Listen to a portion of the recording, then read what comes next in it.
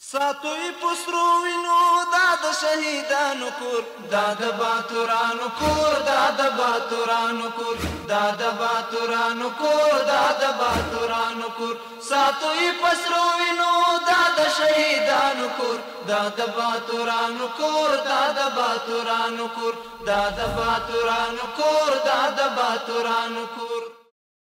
د لوی څښتن تعالی په نامه سلامونه ستړي مسئ د بالغ د ملي تلویزیون قدرمنو لیدونکو او اوریدونکو د دې مهال خبرونو ته مو زه عبدالرحمن عاطف هرکلی کوم. د بلخ ولایت اوسیدونکو د افغانستان او پاکستان ترمنځ د اوربند هرکلی وکړ او دغه اقدام یې د دواړو هیوادونو ترمنځ د اړیکو یو نوی فصل وباله. په داسې حال کې چې تازه د افغانستان او پاکستان ترمنځ د ډیورنډ کرښې ته څیرمه د رامنځته شوي تاوتریخوالي وروسته اوربند اعلان شوی، د بلخ ولایت اوسیدونکي دا پریکړه د دواړو هیوادونو د سولې او ثبات لپاره یو مثبت ګام ګڼي. اخیراً یک جنگ میان افغانستان و پاکستان رخ داده بود که در میان آخر ما اطلاع پیدا کردیم که یک آتش بس برقرار شده. یک آتش بس به نفع هر دو کشور است که از تلفات افراد ملکی جلوگیری میشه و آرزو دارم که همین آتش بس دوام پیدا کنه و دیگر جنگ میان دو کشور دو همسایه برقرار نشه. واقعا خیلی خوشحال هستیم از اینکه که آتش بس میان دو کشور همسایه و مسلمان صورت گرفت تا باشد از تلفات ملکی و غیر نظامی جلوگیری به عمل آید.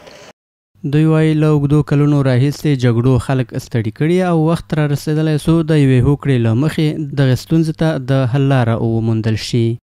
ما بسیار خوشحال هستیم از این آتش بس بین افغانستان و پاکستان که یک صلح و آرامی همیشه بین مردم افغانستان و همیشه خواهان هستیم که همین صلح ادامه پیدا کنه. دا په داسې حال کې ده چې د دواړو هیوادونو چارواکو تازه پر ډیورنډ کرښې د تاوتریخوالي د مخنیوي لپاره د سرتاسري اوربند هوکړه کړې ده چې دا اقدام په هیواد دننه او په نړیواله کچه خورا مثبت ارزول شوی دی. د بلخ پوهنتون په ریاست کې د امر بالمعروف او نهي عن المنکر د قانون د تطبیق کمیټې میاشتنۍ غونډه ترسره شوه. په دې ناسته کې ویناوالو د یاد قانون پر ارزښت او اهمیت خبرې وکړې او د هغه تطبیق او عملي کېدل یې په ټولنه کې اړین وبلل.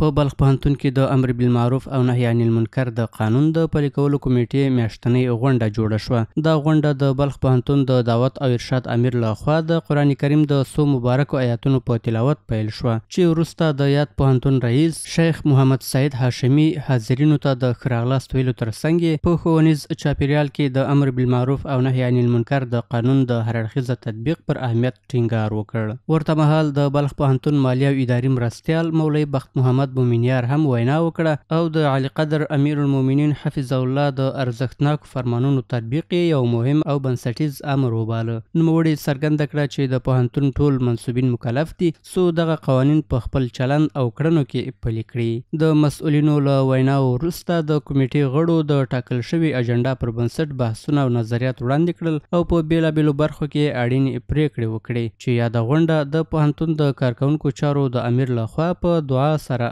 پای ته ورسېده. د بلخ د ملي تلویزیون قدرمنو لیدونکو او اوریدونکو دا د دې مهال خبرونه تر بیا ښه وخت د الله په امان.